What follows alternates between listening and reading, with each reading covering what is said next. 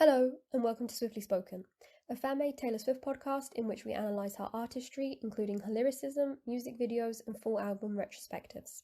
We are your hosts, Lisa and Cameron, and in this episode, we're going to be discussing exclusive and unique editions of Taylor's albums.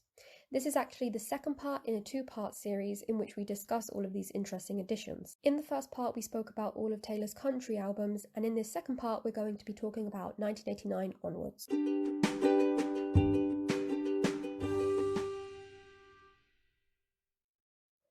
In this episode, we're going to be speaking about some of the most interesting editions of Taylor's albums. These could be interesting because they were one-time things, they're not in print anymore, or they had special tracks on them that were only accessible on those specific editions.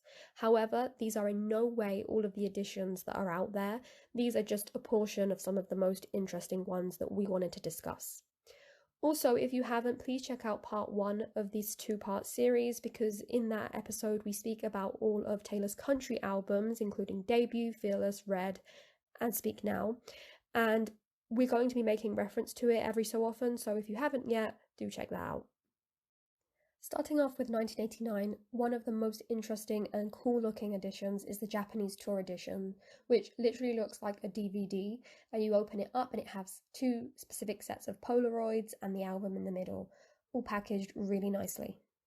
Yeah, this is a really, really cool edition. And I remember when it first came out, I was like, oh, I desperately want that. And it was always on kind of the top of my wish list. And I think last year I managed to find like a new one in pristine condition for like a really, really, really, really cheap price. And I finally added it. And it is a really, really gorgeous edition of 1989 because, yeah, you get Polaroids that are kind of standard with the deluxe. When the album was initially released with the slip cases, you get the standard Polaroids. Plus, you also get Polaroids exclusive to the Japanese tour edition, which are in a purple case.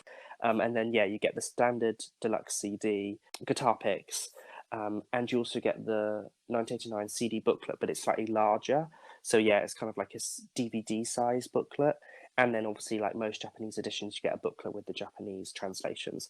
So, yeah, it's a really, really cool edition. And also, you get an OB strip down the side with kind of the Japanese information. And I'm guessing that it was used to promote Taylor touring in Japan. Obviously, she opened the 1989 tour in Japan, so I'm guessing that's why they chose to have such a cool edition in Japan. But yeah, no, this is probably my favorite edition of 1989. Definitely, it's the most like unique one, and just it feels really special. It would have been what would have been really cool is if the 1989 tour was actually released like as a proper DVD rather than just Apple exclusive. And if say that came with this, that would have been a really, really cool. It was interesting that Taylor opened the 1989 tour in Japan. And it's always funny that then for reps you put Japan at the end of the tour because they're quite like known for like releasing like bootleg CDs and DVDs. So like when the tour first started, there was already all these like unofficial DVDs being released and CDs of the 1989 tour audios from the Japanese nights. Like I've got a couple of them myself, and then it was just kind of like it was almost like there'd been a dodgy DVD of the tour floating around for almost a year by the time that Apple Music then pumped their one out. Yeah, this edition is really beautiful. I absolutely love the pastel purple on the inside. But other than this, we don't really have many other standout editions of 1989. I guess part of it, and as we go along, we will see less physical editions, is because we are entering the streaming era. So, for example, like you mentioned, for the world tour of 1989, the DVD, we never got any physical releases. Whereas with Speak Now, for example, we had that physical release, we had that physical CD. For Fearless, we had the physical DVD. So, yeah, that is something that will affect as we go along. However, another interesting difference between the covers in this case is the covers from the US version of 1989 and the international versions have a slight difference, which is on the US version, it just says TS on them. And then for the international versions, however, it does say her complete name, Taylor Swift. Which is quite interesting because I'm guessing that again, a bit like with Fearless, how he said that her hair kind of covered her face. It's the similar thing, isn't it? Like TS, clearly they felt like the US audience was comfortable enough to know what TS was, whereas an international audience might be like, who's TS? Because again, 1989 does cut off her face, saying that that's one of the reasons there is a big difference between the kind of US versions that all say TS and then the international ones that all say Taylor Swift. And it's the same with the vinyl as well. Within 1989, there's obviously the standard and the deluxe, which we kind of mentioned about in our previous episode, how the cover is ever so slightly different with 1989 written across Taylor, and then obviously it says DLX, where it's originally 1989 on the standard. And what was quite cool was during release week, and during the kind of initial 1989 CD release, obviously the editions came with slipcases and the Polaroids, and there was 5 different kind of Polaroid packs, all with 13 Polaroids in. And this is when, I guess, and we'll see this throughout the next kind of releases, was when Taylor's team and Taylor herself used rather than having lots of editions of stuff with multiple different variants, they use incentive for people to buy multiple versions of the same thing to help with sales and stuff. So with the Polaroids, it was almost like collecting Pokemon cards or something. Yeah, they were all numbered 1 to 13, and they are really, really cool, and they kind of have lyrics written across them from the 1989 album. So these are a really cool CD and versions to get. Again, there's no difference other than purely the Polaroid packs. But I managed to complete my set I think again about a year or so ago. During lockdown was when I think everyone went a bit mad on buying stuff, and I was like, I'm just going to finish all these, get all these album versions that I've been wanting for years and years. And they are really, really cool to have all of them. It feels very I don't know, it just feels like you have the whole 1989 album. And what I've always wondered is that obviously these were taken on Polaroids. So where is the physical Polaroid? I'm guessing probably Taylor. I mean, from what we know that from the Lover Diaries, she had chosen a different Polaroid originally to be the 1989 cover, but then she mentioned she was looking through them again and she changed her mind and ultimately chose the one that we know today. But so it would seem that she was looking through them, but to be fair, those could have been copies.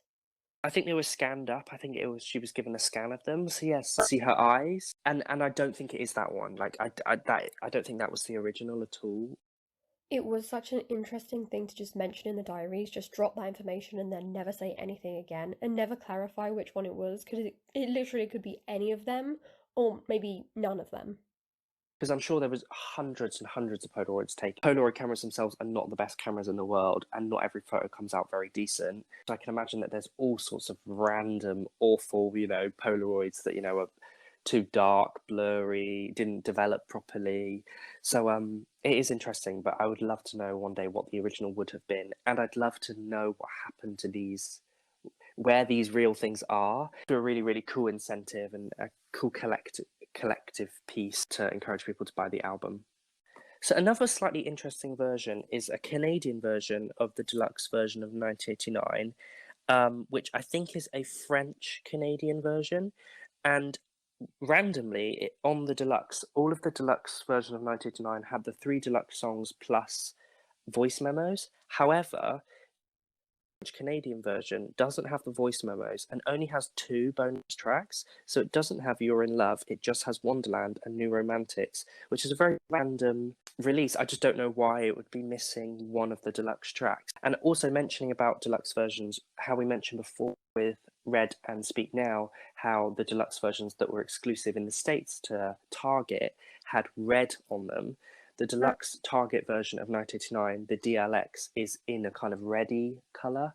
So again, there was a kind of element of Target logo being included on the cover. This incentive of having pieces included in the CD that are collectible and encourages you to buy more to complete a collection is a new incentive that they move on with, rather than the kind of referencing Target in all the covers. This Canadian version is definitely very interesting and a strange edition. It almost feels like it's maybe a misprint or something. I don't really know too much about it, but it is strange that it would be lacking in the voice memos and a deluxe track.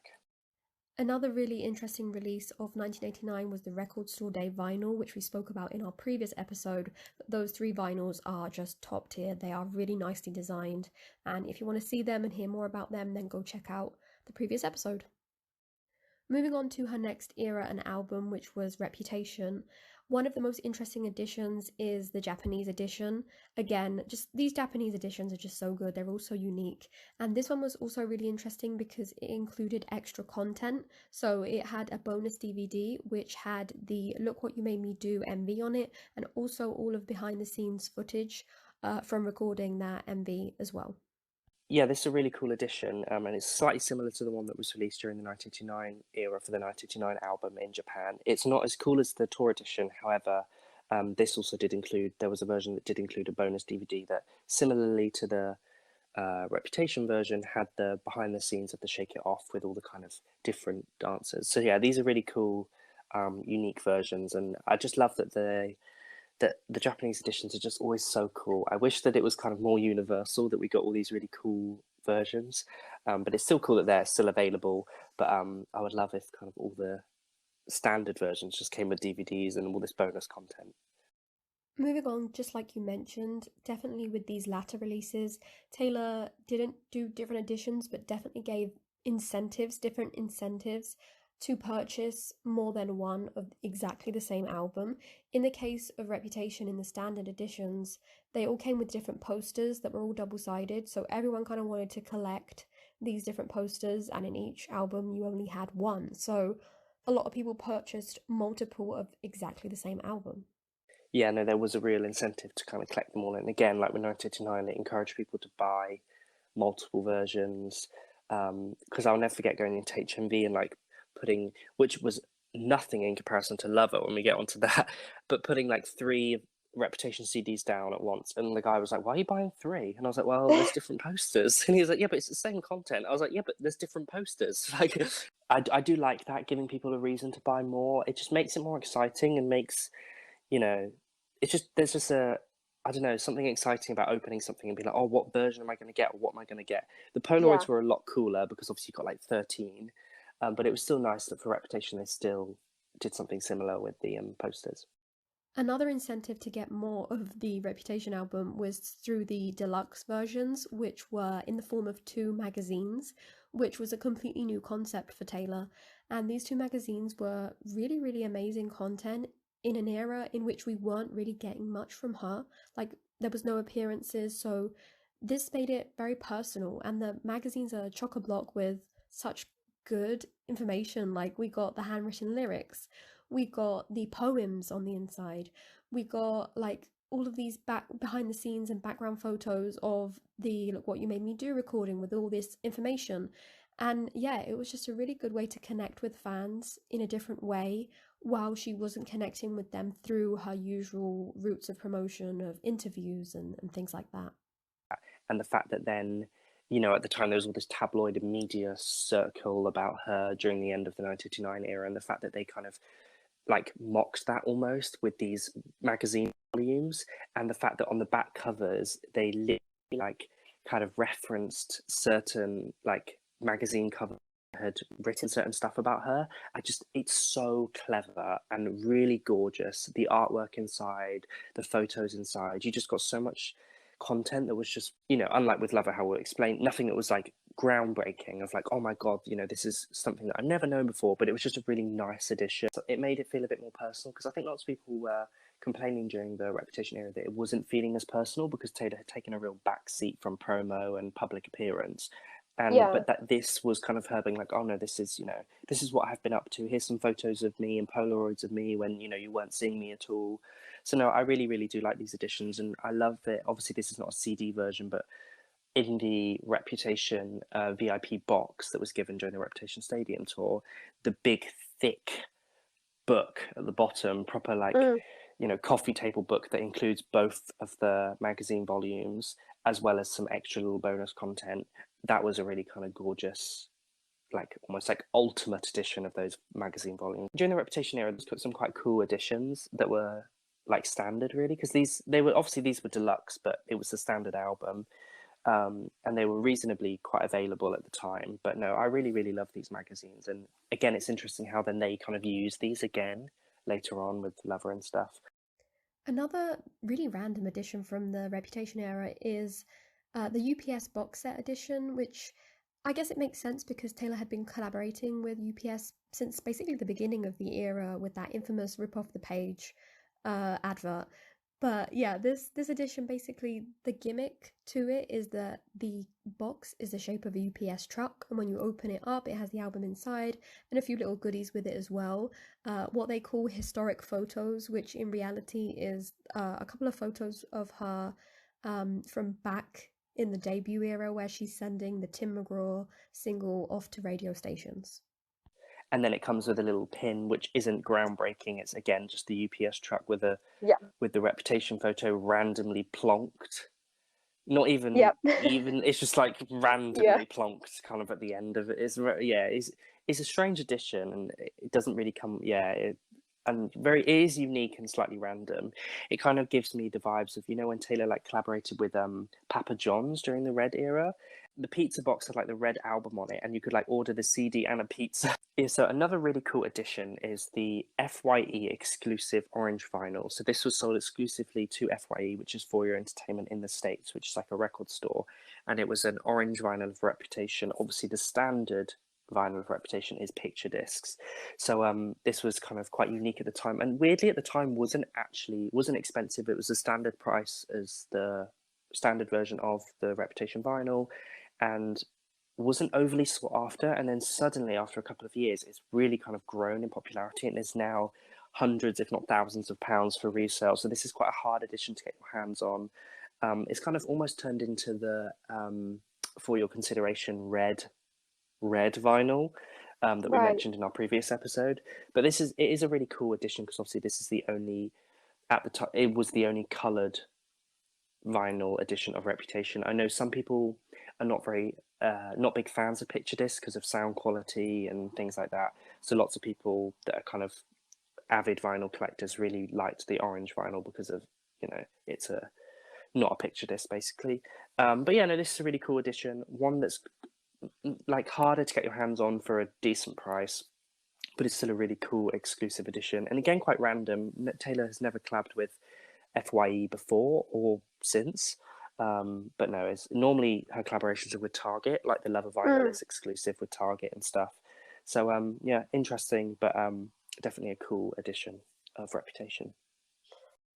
Lastly, for Reputation, we should definitely mention and talk a bit more about the VIP package for the Reputation Stadium Tour. Even though it wasn't really a widely available edition that everyone could get their hands on, it was just such an amazing package with so much stuff in it. So, like you mentioned, we had that big book, which included the 2 magazine editions and extra content. And then, like, as soon as you opened up that package, there was like a video playing. It was really, really amazing. I remember when they came out, and because previous kind of VIP packages were just kind of like a lanyard, the CD, blanket, you know, just stuff that wasn't overly like, yeah. So I think that there was a big shock when people realized that it was like this box with like a DVD, a pop out stage, like a lenticular ticket in like a kind of plastic glass looking case, then a lanyard, the CD, and then this gorgeous book at the bottom. It was like incredible. And I just remember thinking, oh my God, I wish I had known. And then I remember at Christmas, probably in 2018, 19, probably 2018, it was like, I said, like, I just only want one thing for Christmas. I know it's really, I said, I know it's impossible to get, and I'm not, I would never expect, you to spend that much money on it. But if it does pop up for a decent price, that is all I would want, like all I would want. And I thought, oh, my parents are never going to find it. They're never going to find it. And then on Christmas Day, there wasn't like anything that looked that size. I thought, oh, whatever, it doesn't matter. And then it was like, oh, we've got a present for you. And I was like, oh my God. And I opened it, I was like, oh my God. And it was like all boxed, brand new. Mum said that she like found it online and for this like crazy cheap price. And it was just incredible. I love that edition so much. Like, yeah, that is probably my favorite version of Rep, purely because of the video. Like the fact it has a video and you can pause it and turn the volume up and everything. Yep, like, you can charge it up. It's crazy. Yeah, charge it. Yeah. It is, and that is like the ultimate Reputation version, and making it feel more personal, like the fact that it comes with a video of Taylor, being like, oh, if you're watching this, then I guess you've got VIP package to tour. I can't wait to see you on the road. Like it felt, they tried to make things feel personal. I think, like with the magazine volumes and the VIP box set. But yeah, no, that is like the ultimate version. Like incredible. Next up, we're going to be speaking about Lover, and one of the most amazing editions of Lover is actually the fan box. So, just as previous fan boxes that we've spoken about, like the Fearless one or the Reputation UPS one, this basically is a box full of Lover merch as well as the Lover CD. However, this one was much more widely available. So, this one is really exciting to talk about because we both have it, and for me, it's like one of my favorite pieces of merch that I have in my small collection. So, it's this chunky, really beautifully designed box. It's in pastel colors and really gives off that Lover vibe. Apart from being well made, it includes a lot of bits of merch. So it has obviously the CD, which, although it looks like the standard CD and in a jewel case, it actually includes the deluxe 2 extra tracks, which are recording memos of Lover and I Forgot That You Existed. It also includes a tote bag, a pop socket, art cards, and tattoos. And nowadays, it is still available online, and the price has vastly dropped. So, if anyone is interested, we definitely both, I think, recommend this really, really amazing box set. Yeah, and like you said, it's like the standard CD in terms of it comes in a jewel case, but it's the Yeah, deluxe. It's the only place you can get that CD in a per CD bag. case. Yeah, whereas Yeah, like the deluxe versions that we'll mention have those 2 voice memos on them. However, it's not in a CD case in terms of like a standard jewel case. So yeah, the fan box is the only exactly. place that you can get that deluxe version in a proper CD case. So no, it is cool for that, and that was one of the reasons why I also wanted it. Yeah, Because at the time, which is ironic considering the next album that we will eventually move on to, it felt like yeah. there was so many versions of Lover, and I was just like, oh my god. I was like, we've got a standard, we've got a fan box, we've got 4 deluxe. I was just like, how the Yep. hell am I going to afford this? How the hell am I going to get all of these? You know? Speaking about all those different versions, once again, Taylor made another incentive to make fans basically collect different versions of the very same album. And in this case, with Lover, it was through the 4 deluxe versions, which were basically diaries. They were releases of Taylor's bits and pieces of her diaries throughout the years, all sorted out into these 4 deluxe books, basically. And it was a really cool gimmick. It was really, really cool. And at the time, it felt like, oh my god, 4 versions? That's mental. And I Yeah. remember when Taylor did the live stream talking about them, to almost be like, oh, this is what you're going to get, you know. And obviously, then it was like, there's going to be All Too Well, original lyrics in here. There's going to be content Mm. that is, that, you find out for the first time and stuff on specific days and certain events within Taylor's career. And there was photos that we'd never seen before. And no, these are really, really cool additions. And I'm so glad that I have all of them. And again, I remember going to HMV and plonking down the standard CD, the 4 deluxe versions. I pre-ordered the fan box on Taylor's website, and the guy was just like, "Why are you buying?" He was like, "What is the difference?" I was just like, "The content." The only thing that I would say about them is the diary entries are incredible. I just remember just Mm. reading them constantly, and every so often I go back and reread them all, and I'm just like, God, we got so much. Just even the things of like this summer is the apocalypse, and it was I when she was know. doing the court case thing. You know what I mean? Like, The diaries were just so personal, but at the same time, they were really well curated by Taylor to give us as fans pieces of her life that we didn't know about, but at the same time, we were aware of. And they really filled in so many gaps, like the revelation of the 1989 cover tidbit of information, the Speak Now tour set design, and how she was planning that all out. And discovering a whole song that we hadn't heard, Nothing New, which eventually we got. It's just such a treasure trove of information about her personal life, but without it being too personal. my only grudge about these is that they tried to turn them into diaries themselves, so it does mean that half of the pages are just Yeah, blank.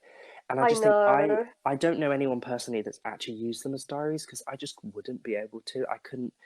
Yeah, I definitely understand that. But having said that, I have seen many artistic fans on the internet who dedicated those last pages to decorating them as not their own personal diaries, but diaries remembering iconic moments from the Lover era, like spreads where they include pictures from the VMA red carpet and then her speech, and they wrote it all out, just celebrating the Lover era as a whole. And I think that's a really cool way to use them pages up, where and it's still part of like the Taylor Swift fandom and not something like personal.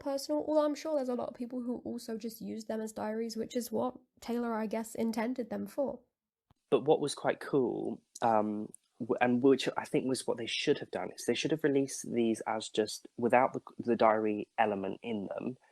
And then I think what they should have done is during the Lover A era, there was page Lover diary. promo in the UK where they gave out like a diary like to promote the album, and it was only sent to like music reviewers and stuff. And somehow I got hold of one on eBay Oh for my like God. £6. I have no clue how the hell I got it. Like, yeah, because I just saw it on eBay and I was like, I love a diary, like a real one. I was like, what's that? So I just bought it thinking, oh, whatever. Have you written in it? No, oh no, never. No. Right. It's purely collectible, yeah. And it's like thicker, it's slightly shorter than the Lover deluxe versions, but slightly thicker because obviously it's a full-blown diary. And at the front it has reviews of the Lover album, and then obviously just a standard diary with dates. So yeah, somehow I honestly no clue how I got hold of it. But because then when people like clocked on what these things were, they were like selling for hundreds. I thought, oh God, I could buy for like £6 off some rando on eBay. Deluxe versions are just incredible, like so cool. And they also came with different posters. Each version came with a different poster, and they were slightly color themed differently. So like the inside of one of them is like pink, each a pastel color. Yeah, really cool. And obviously each one comes with different diary entries and all of that. So no, the diary entries are just really cool, and just things of like where Taylor met like Sugarland for the first time, and then obviously she was collabing with them late Reputation era, and whoever, I think it, majority of it was Taylor, but whoever helped, or if Taylor was the sole person that did it, that picked all the entries, did it really cleverly, because they really picked stuff that really kind of was stamps throughout her career point and things that made sense later on. I guess my only qualm would be that I do wish they were a bit more in chronological order, because you do get thrown about a bit, and I mean, it's not too confusing, but you do go sometimes from like 2008 to 2014, and then you're back again and stuff. So there was this really interesting post I saw once that was classifying every single entry and putting the date and putting like Fearless era 2008, Speak Now era, Red era, and kind of like colouring the pages and showing you where each of them would go if they were all organised chronologically. And that was really nice to see it laid out like that, because when you're reading it, it sometimes does get a bit confusing, because you've got to be like, right, okay, so Taylor was on a plane and she was going to Australia because she was on the Red tour, right, that's why she was doing this, or whatever, So that's my only little criticism of it, but to be honest, it's no problem at all, really. And it was so cool that we kind of got introduced with Taylor in those diaries, and the fact that she had been writing in a diary like every day since the age of 30. That's so cool. There must be so much content in there that is just like mental.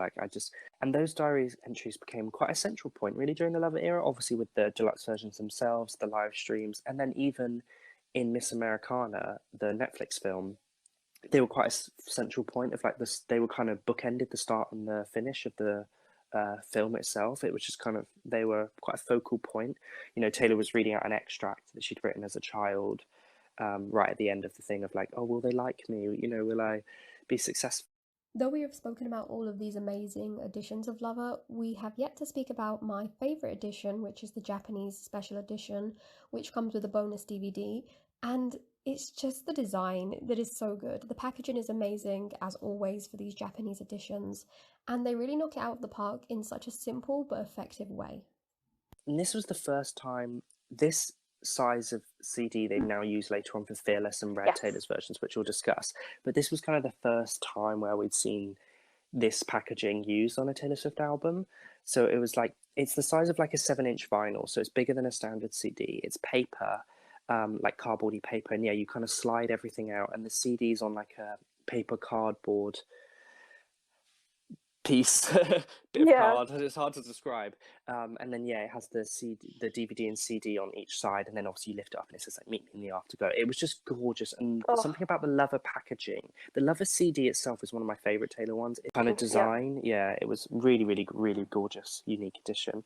But another quite cool edition, which is slightly random, is the Taiwan edition, which is a slipcase, and it comes with a Lover cup sleeve to hold like a coffee cup. I've never really understood how it holds one, because it's just kind of slightly like this tote baggy material with this thin Oh, kind of bit at the okay. bottom and then this like strap at the top. It's very strange. I don't really know how it works, and it is quite a random thing to include.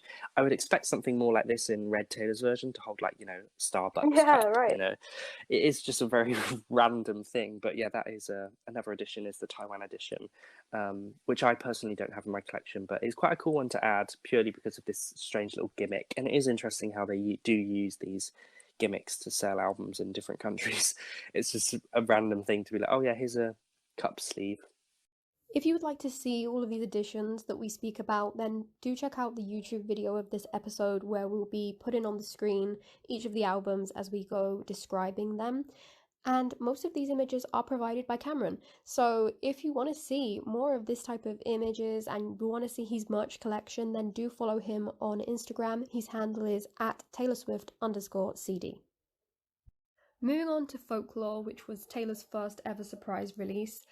We went from 2 versions of Reputation, 4 diaries for Lover, and then we skipped to 8 total alternate versions of Folklore covers. I think one of the reasons for it was that I think because of the death of kind of physical, at this point, physical CDs were really hard to sell. No one was selling a million copies. So streaming had really just blown off at that point. And vinyl was becoming quite popular as well. And I think the reason they thought that if they did release 8 versions, you know, collectors or fans out there would more likely buy multiple to help with sales. For So I think sure. that's one of the reasons for it. But also, much like with the Lover versions and the Rep versions that we mentioned that include, you know, more elements of the photo shoot. Obviously, each edition itself has a different cover, different back cover, and the CD itself, each one has totally different photos from the Folklore photo shoot. So they are different, and there is an incentive. But yeah, the incentive is to get all the photos from the photo shoot rather than say a poster or, you know, Polaroids or something like that. The Lakes was exclusive on physical for a while, wasn't it? That's And true. then it went over. Because I remember when the CD came out randomly the day before anywhere else in the UK, and people were like live streaming on like Twitter them like playing Yes, it from I their remember CD that. player. So the first time I ever heard the Lakes was from some like kid's Someone's CD television. player. Yeah, a television, I think, yeah. Another interesting version of these 8 editions, which is such a cool concept and I really wish it had been the standard, is the Taiwan version of the 8 alternative covers, which basically, when you put them all together, all of the sides placed next to each other add up to make, like all of the OB strips add up to make this one big picture of Taylor from the Folklore photo shoot. And I think that's such an incentive to get people to collect them, to have the whole collection, have them line up all together, and I just so wish this had been the standard. Me too. I think that's such a cool that gives it more of an incentive to purchase, so that you know when they're sat on your CD shelf or sat on a shelf somewhere, they makes it just look really cool. And I would love to add that to my collection purely because it would just look so nice on a It really would. shelf somewhere. And it's the photo of Taylor. I always think of it as like which is weird because certain photos and photo shoots, because they're associated with certain songs or used to promote certain things, you think of them as that song. So I think of that photo as being like the Betty's Garden. So another interesting thing about Taiwan has some really, really unique editions, what with the Lover cup sleeve, then obviously the alternate versions lining up. But the standard Taiwan exclusive also came with this massive, and I mean massive, poster. Again, I think it's the same image that is on the side of the CDs that we mentioned previously, and also comes with a really cool, unique slipcase that actually has Folklore written on the cover. What is your favourite cover, by the way? I am quite partial just to the standard in the Trees edition because it's the one that I have signed, so I do love that. But I think I like the Clandestine Meetings front cover. The back side of it I don't really love because I hate that nightie that she's wearing.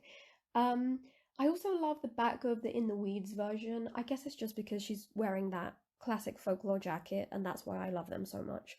But yeah, I would have to say some kind of combination between the two. Back cover In the Weeds, 100%. Front cover, and either Meet Me Behind the Mall or Stolen Lullabies. I really like those two. Betty's Garden, I've never been over a massive... I know lots of people really love that cover, but it never really felt like a cover to me. I don't know, the Hide and Seek one's obviously interesting because that was the one that had Woodvale written on it. In terms of covers, my favourite is In the Trees, 100%. But my favourite back cover is In the Weeds. That is just gorgeous. Really Yeah. looks so cool. There was someone that did an edit, I can't remember the person's name, where they edited that the back cover of In the Weeds, and Taylor was stood on a piano in like a lake, and the piano was Oh, kind of wow. half sinking, and I thought that should have been why wasn't that the folklore cover?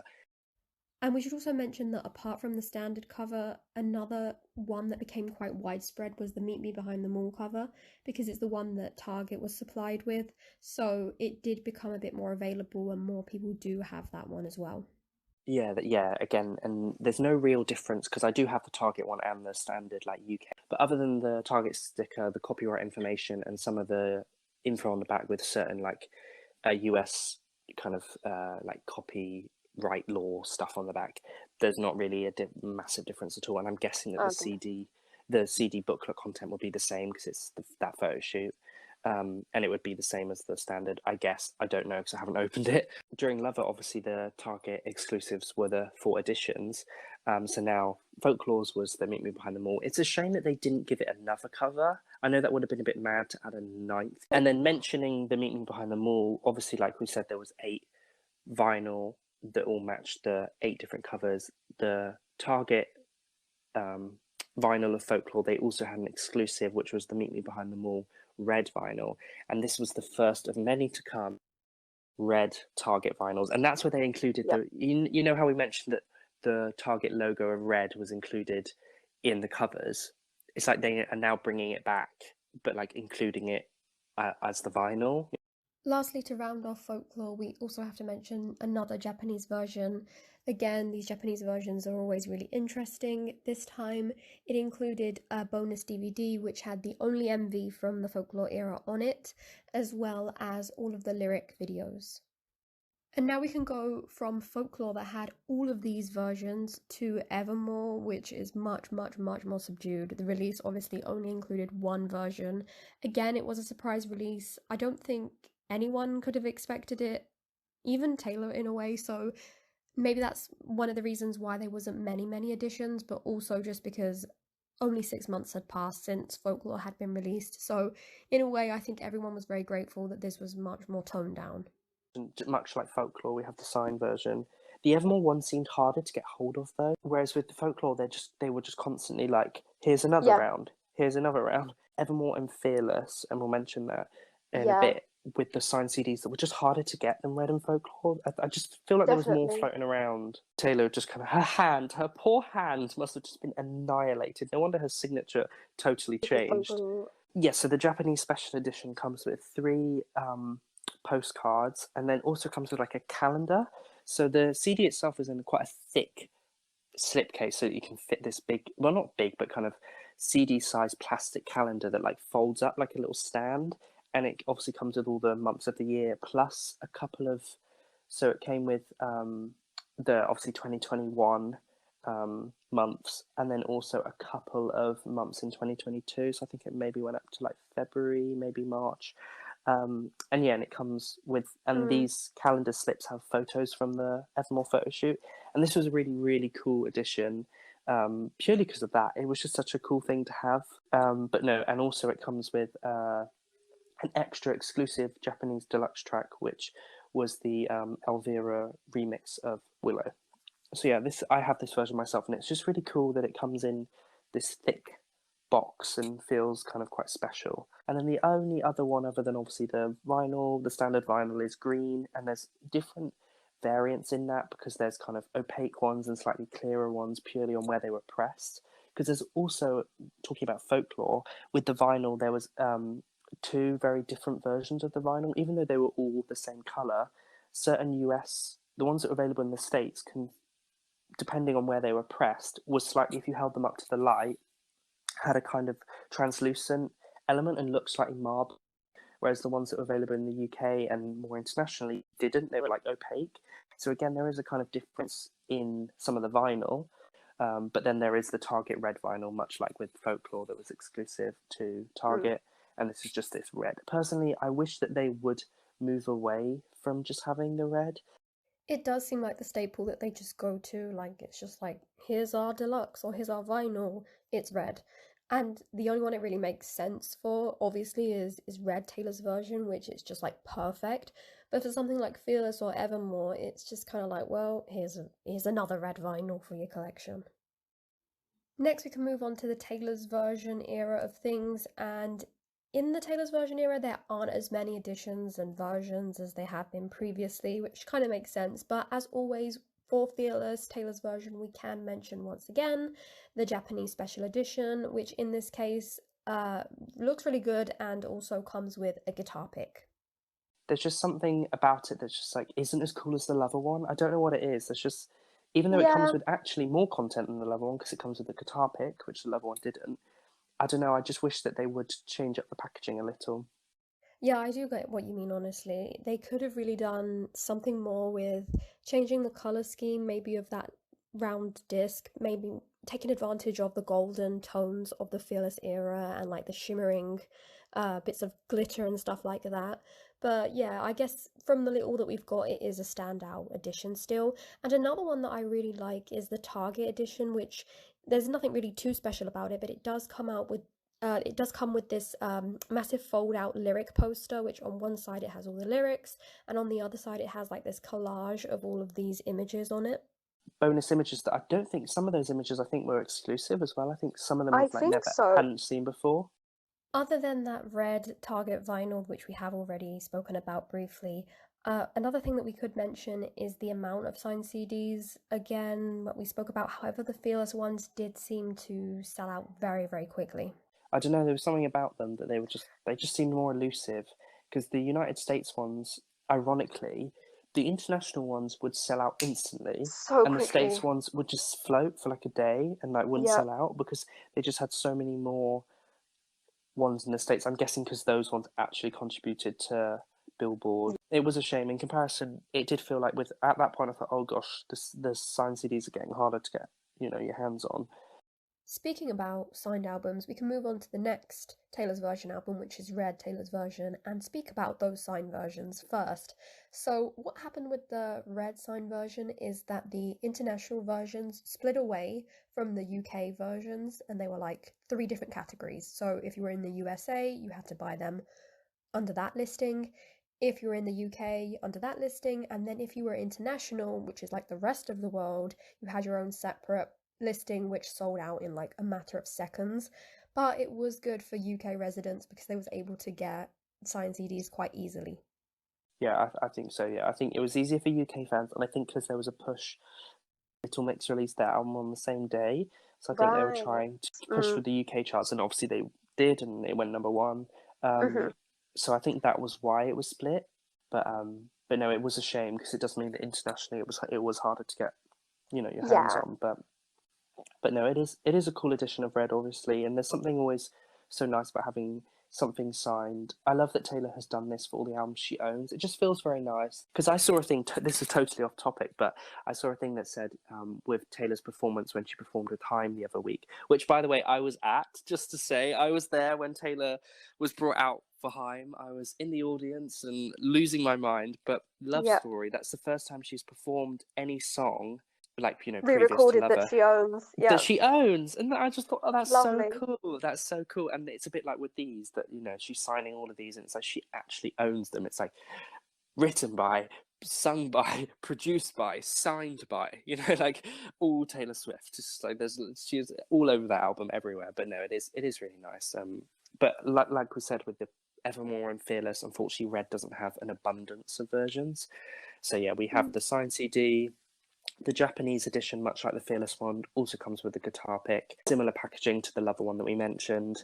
Again, I don't know, it just isn't as exciting. There's just something, I don't know, it just feels a little bit like they're just dragging and dropping images now. And then obviously we have the Target Red, which was the first time that actually it feels like it belongs. But no, unfortunately, yeah, the standard version of Red was just black. I think to help with, because they really, really wanted the vinyl to come out on the day, whereas with Fearless, it came out months after. And Red, Taylor's version vinyl, is like one of the highest selling vinyl. Like, I think she broke Wow. some record.